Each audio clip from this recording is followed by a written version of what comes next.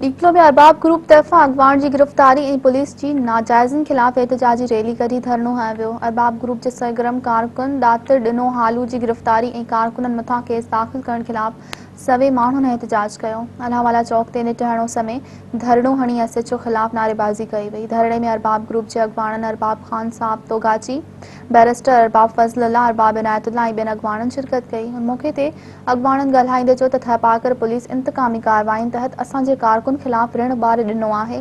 डीपलो police पासरनि जी वंगार वहंदे कूड़ो case दाख़िल करे बेगुनाह ॾातिर हालू खे गिरफ़्तार कयो। अहिड़े अमल खे बर्दाश्त न कंदासीं। हुन चयो त असांजो माण्हुनि सां इंसाफ़ न थियो त कोर्टनि जो दर खड़काईंदासीं।